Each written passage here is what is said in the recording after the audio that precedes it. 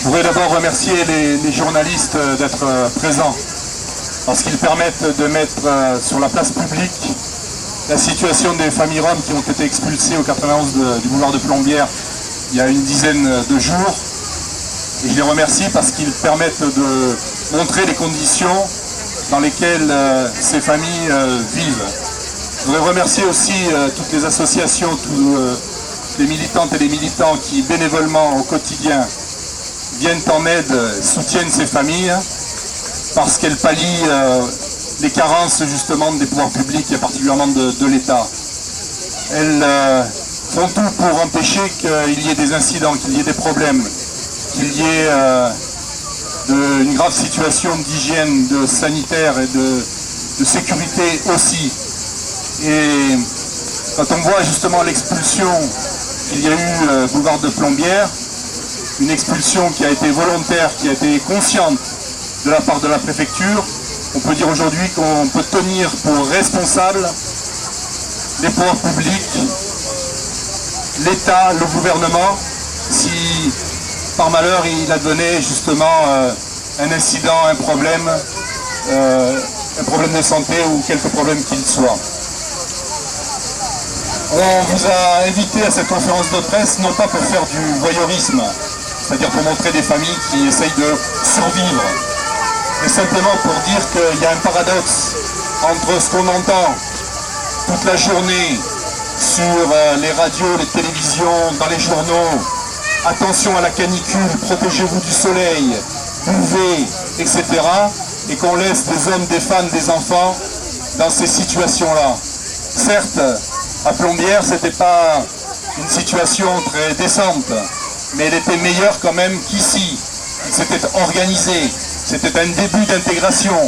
On avait laissé pratiquement une année à la préfecture pour trouver des solutions.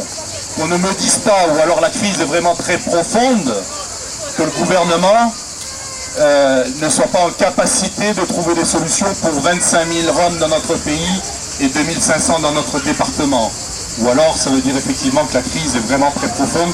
Je ne le crois pas quand on voit les inégalités, quand on voit justement les privilèges et l'argent qui existe dans ce pays. Je dis simplement que, je redis simplement ce qu'on dit depuis très longtemps, c'est qu'on instrumentalise ces familles pour les opposer aux uns aux autres, aux pauvres, aux précaires de Marseille, alors qu'ici, ils ont le droit de citer, ils ont le droit de vivre comme tous les autres, ce sont des citoyens européens.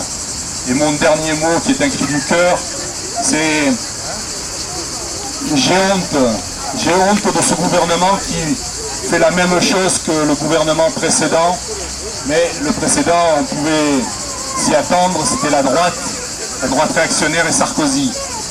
J'ai honte parce que ce gouvernement salit les valeurs de la République. Ce gouvernement renie les valeurs de la gauche. Et ce gouvernement piétine les droits de l'homme. Oui, j'ai honte parce que c'est l'image de la France, terre d'accueil, qui est salie. Et on pouvait s'attendre à autre chose.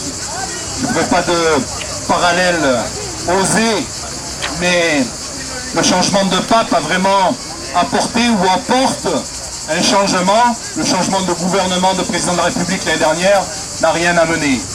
En tout cas, que les familles roms sachent que nous sommes nombreux à être à leur côté, à venir les soutenir et surtout venir trouver des solutions, parce que c'est quasi quotidiennement que nous intervenons auprès de la préfecture pour les mettre devant leurs responsabilités et de trouver une solution durable, comme ça a été rappelé tout à l'heure et comme c'est stipulé dans justement l'ordonnance, enfin pas l'ordonnance, la circulaire qui date d'il y a un an maintenant quasiment, puisque c'était le 26 août 2012. Voilà.